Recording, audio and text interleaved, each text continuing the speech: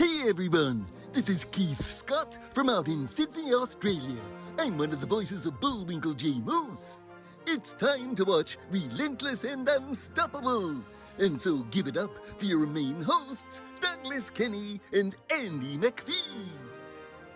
Hey everybody, this is Doug Kenny and welcome to Relentless and Unstoppable. We have another amazing guest coming on the channel today, so please hit like and subscribe.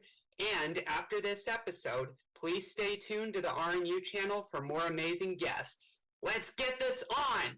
Hey everybody, how you doing? Just a quick little share of why I started Relentless and Unstoppable. It was for one very simple reason, because of Doug Kenny.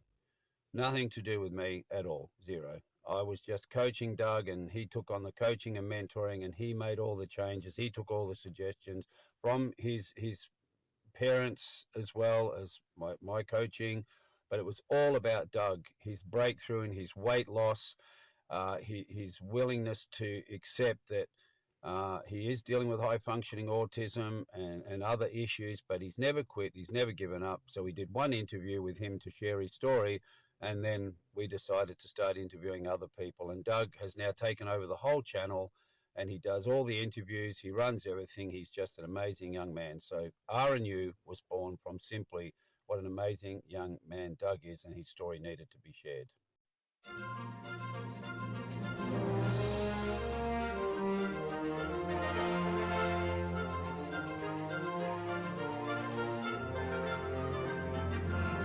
Yeah, and David Ogden Steers, God rest his soul, he was great at voice acting. What was he like? Yeah. He was just a sweetheart. He was amazing. And it was an honor. It was just an honor to meet him. And of course, like I said before, all these characters knew all these actors knew their characters, so it was really helpful to me, because it wasn't like, when we do an original movie, in some of the movies where I have new characters that we didn't, that weren't in the original movie or whatever, you have to kind of explain to the actor and kind of work with them to figuring out what would the voice exactly sound like and who is this character. And sometimes you adjust the designs based on, what you and the actor come up with. Maybe this character should be a little more like this, or a little more like that, whatever. All that sort of brainstorming and creative processing, which is really fun. But in this case, that had already been done.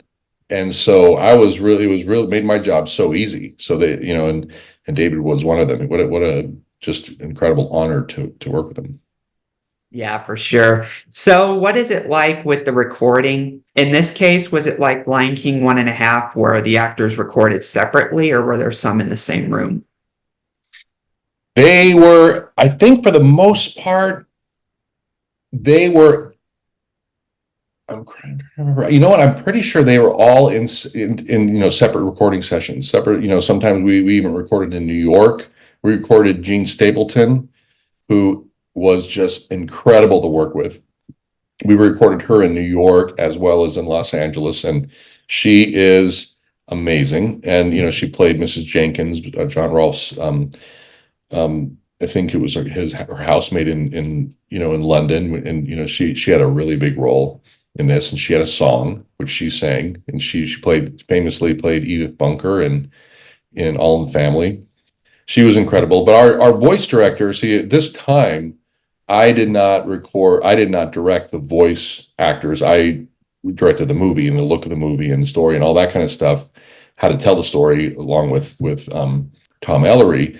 But it was Jamie Thomason. He was the voice director, so he was the one actually talking to the actors, because it was my first movie.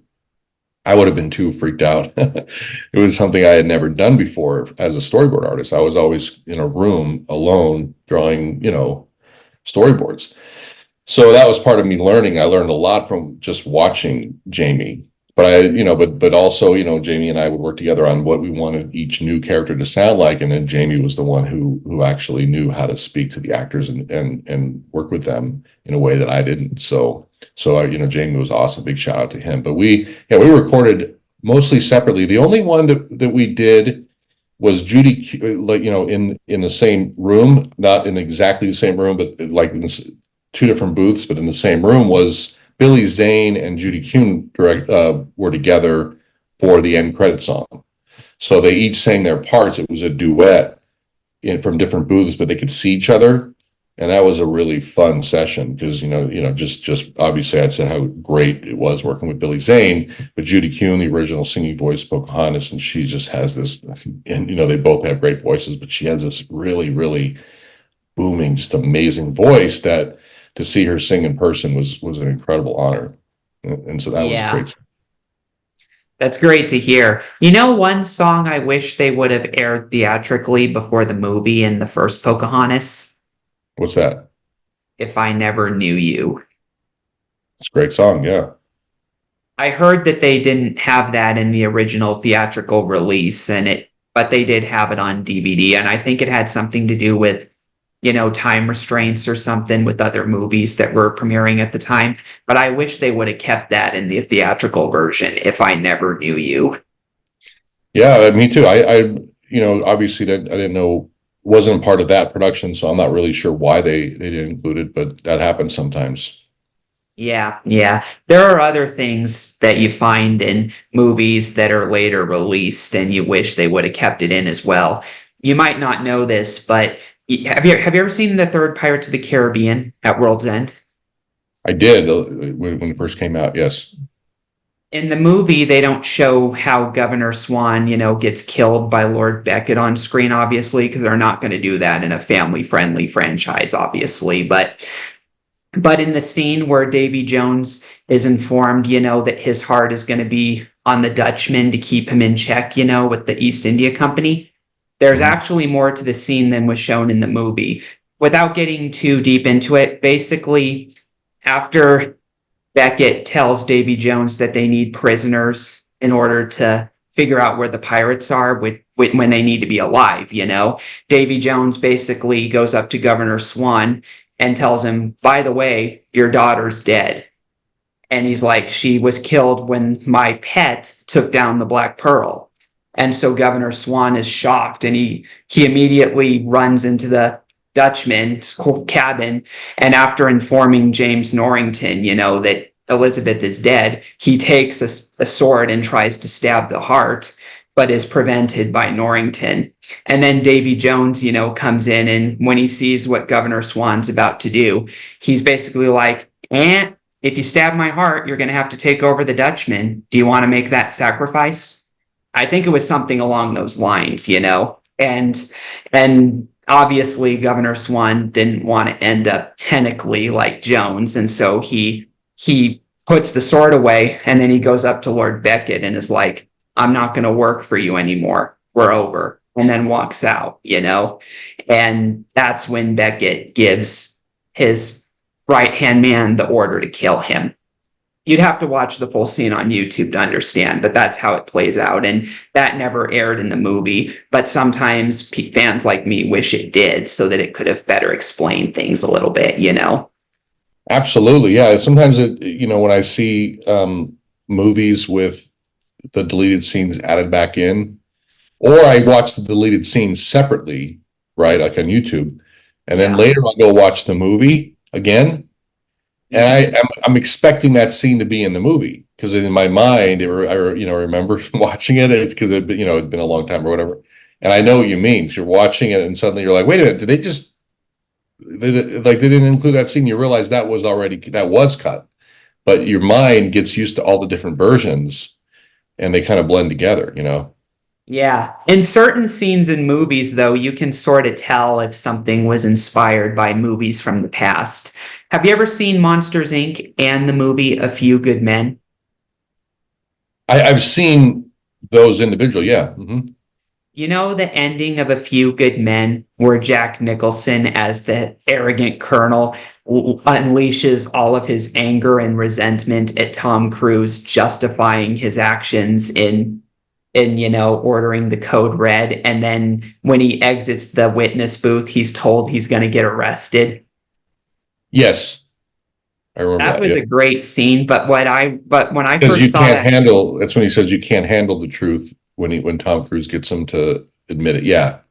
Yeah. I actually remember reading that was the first time that anyone in any film had the line, "You can't handle the truth." I believe it. And it was improvised by Nicholson the way that Here's Johnny was. Really? I didn't even know that. No, I didn't know that. I just remember that movie was so great. It was such a powerful moment, with these two great actors just facing off together. It was amazing. Yeah. When you look at the certain quotes and the lines, though, in that scene, when I heard it and saw the movie, I was like, how does this, for some reason, remind me of Water News getting arrested in Monsters, Inc.? There's just a lot of Oh similarities. yeah, it could be. I wasn't a part of that production, but it could be. You're right. There's a lot of there's you ever watch directors talking about how they do their craft, and even Martin Scorsese talks about it. There's certain movies that he loves, these certain scenes. I think one of them was when the camera is facing a hand holding a gun, and the person holding the gun is walking, and so the background is panning underneath them. There's a movie he saw that he loved that, and I can't remember the movie, but that scene has been in different movies of his. He loves it, like in Goodfellas. I don't know if it was exactly that shot, but it was inspired by, right? And there's so many movies. Like my favorite director is Steven Spielberg, and I love watching his movies, and I love Martin Scorsese and Francis Ford Coppola, and you just name it. Tons of directors. I love so many movies that you get inspired by it, and it inspires you, and you want a scene like that in your movie, whether it's exact or if there's whatever the circumstance is. I can't think of any scenes offhand, but that you want to kind of stage it, or you learn this amazing staging technique, and you want to stage something that way within your movie, as long as it still feels like the movie is its own piece of work, unless it's like a parody. But if it's just but it inspires you how the best way to tell a story, and that's why watching old movies and being inspired and carrying on that in your own movies is amazing, because all the greats even do it. It's amazing. Gee, that's all we have for Relentless and Unstoppable.